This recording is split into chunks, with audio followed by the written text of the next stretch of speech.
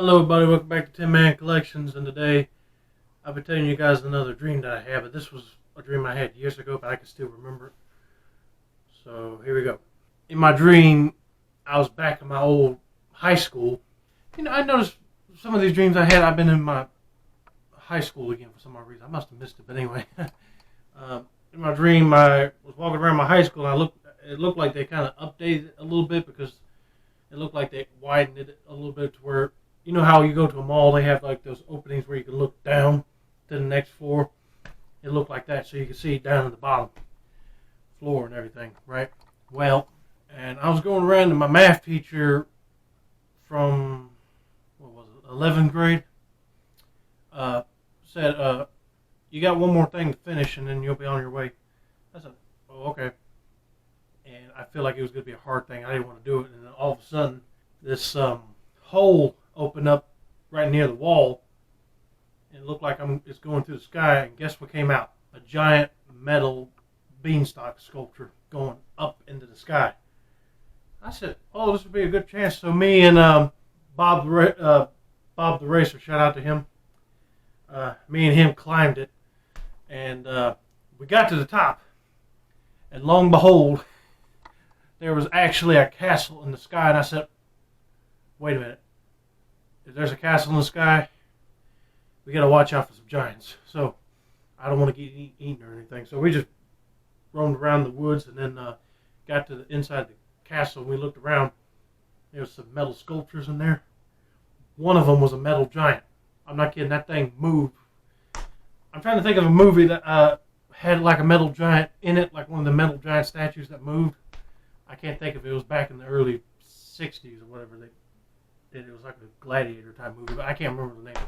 If you know, leave it down in the comments. But anyway, this thing moved and started to come towards us, and me and Bob just went like, oh crap, what are we going to do? So we darted into the inside of the castle thinking we can hide, but then a real flesh giant came out of nowhere too, and he started looking for us. He smelt us, and I said, oh crap, we better get moving. So we kept moving, and we found some weapons to arm ourselves. I got a crossbow and a sword and a Bowie knife, and Bob grabbed a machete, and he got a standard bow and arrow, and I said, I don't know if that's going to penetrate good with you doing it, or instead of like air powered, whatever. But anyway, we just kept on going around until finally the giant was like looking to the other giant, like, where'd they go? I took my crossbow and shot one in the giant's butt. And he went like, ah! I'm going to get that puny little human. Kind of like the Hulk a little bit, but anyway. And we snuck out of that place, went back through the woods, and we saw the giant beanstalk sculpture still standing there. So I said, okay, let's... Oh, and the castle. The castle almost looked like the one that was in the Abbott Costello Jack of the Beanstalk movie. If anybody's seen it, it's a good movie. I highly recommend it. But it looked like that, but some of it looked like it had some metal shingles and stuff on it, like it was an artist made it, kind of art sculpture castle. But anyway, get to that point. But anyway, we got back to the sculpture, and we saw them giants were coming on our tail, so we got down the beanstalk, and I said, wait a minute.